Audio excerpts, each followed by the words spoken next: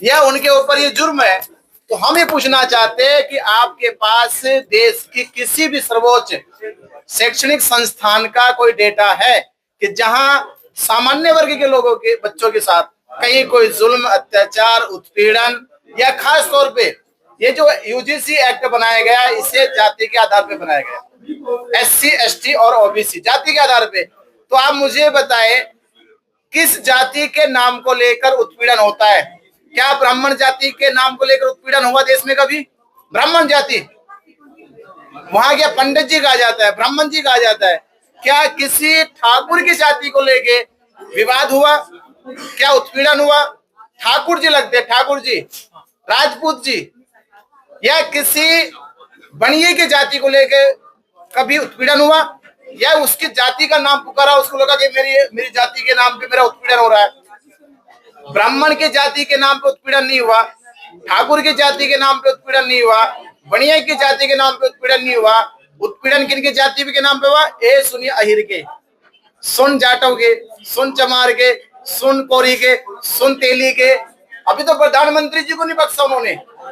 प्रधानमंत्री जी को भी सोशल मीडिया पे कहा गया कि हमारे बड़े पहले कहते आए कि ये तेली गिरगिट की तरह चाल बदलेगा, और इन्होंने प्रधानमंत्री जो उनका यशस्वी देश के प्रधानमंत्री थे, वो अब एक जात यानी तेली प्रधानमंत्री बन गए।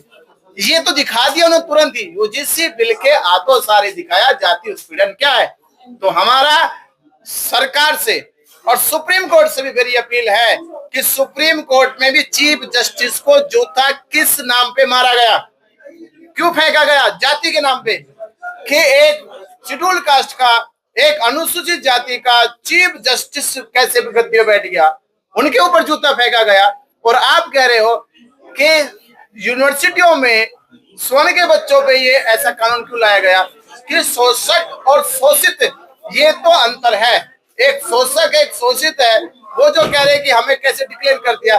डिक्लेयर ऐसे नहीं होता, डिक्लेयर डेटा के आधार पे हुआ, डिक्लेयर सदियों से जो शोषण करते आए हैं उनके आधार पे हुआ है।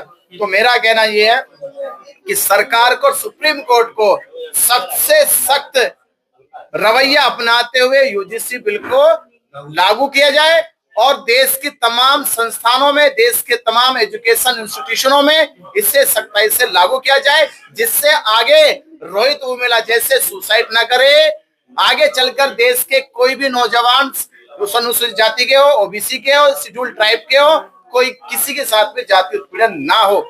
अगर नहीं देखा जाए तो आपने मामले देखे कि 1100 ज्यादा मामले जो है देश के बड़ी बड़ी संस्थानों में घटित हुए।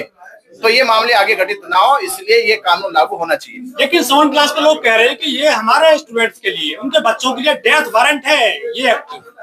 तो डेथ वारंट है, वो जैसे उनका एक कहना है कि हमारे ऊपर, हमारी पहले वो घोषणा कर दी गई, हम मुस्लिम हैं, तो मैं कह रहा हूँ चोर चोरी नहीं करेगा तो उसे कानून से क्या डर?